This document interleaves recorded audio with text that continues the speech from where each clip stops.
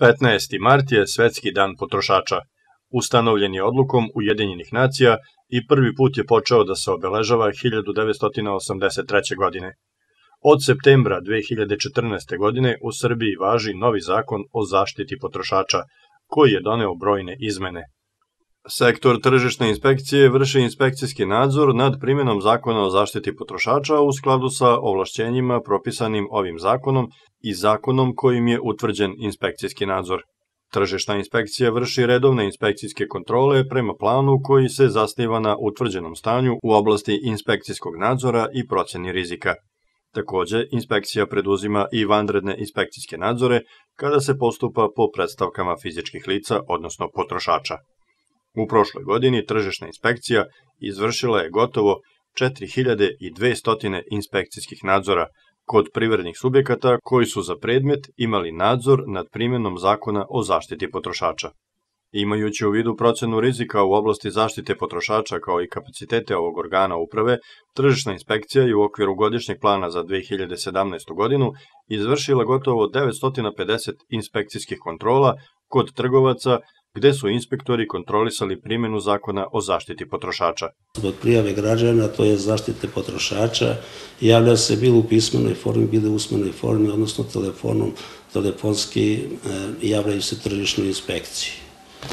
Po tom pitanju u prošloj godini je bilo 3200 prijava potrošača, zaštite potrošača, a te prijave su bile različite na nivou odeljenja od jednog odeljenja do drugog, na nivou Republike Srbije, odnosno iz oblasti tih prijava. U odnosu na 2016. godinu, broj prijava je smanjen za 13,5%. Direktive Ujedinjenih nacija podrazumevaju zadovoljenje osnovnih potreba, dostupnost najvažnijih proizvoda i usluga, hrane, odeće i obuće, stambenog prostora, zdravstvene zaštite, obrazovanja i higijene. Pri tome je od izuzetnog značaja sigurnost potrošača, odnosno zaštita od proizvoda, proizvodnih procesa i usluga štetnih po život i zdravlje. Potrošači imaju pravo da budu dobro informisani, da bi mogli da naprave pravilan izbor i istovremeno da budu zaštićeni od nepoštene reklame ili od oznaka na proizvodima koji mogu da dovedu u zabludu. Ukoliko se pojavi neispravnost nekog proizvoda, potrošač ima pravo i njegova je obaveza, znači da se prvo javi kod trgovca gde je kupio robu. Trgovac je u obavezi da primi reklamaciju potrošača. U tom slučaju on mora da izda potvrdu o prijemu reklamacije. Ta potvrda može biti u pisanoj formi, može biti elektronski i drugi vid. Prilikom prijema te reklamacije, trgovac je dužan da tu reklamaciju, tu prijavu evidentira u svoju knjigu evidencije koja je okoličena knjiga, znači da vodi tu knjigu evidencije, reklamacija. On je dužan da u roku od 8 dana potrošača obavesti o tome kako je prihvatio njegovu reklamaciju i način rešavanja. Da li se može rešiti ili ne može se rešiti. Znači, on je obavezi da da odgovor potrošaču u roku od 30 dana. A prilikom prijema te reklamacije, trgovac je dužan da reklamaciju reši u roku od 15 dana, odnosno u roku od 30 dana. To su tehnički proizvodi, uglavnom tehnički proizvod, to je bila tehnika, znači i nameštaj. Tokom 2017. godine naglasak je stavljen na kontrolu nepoštene poslovne prakse, dužnosti obaveštavanja naročito kod trgovine na daljinu i kontrolu prodajnih podsticaja.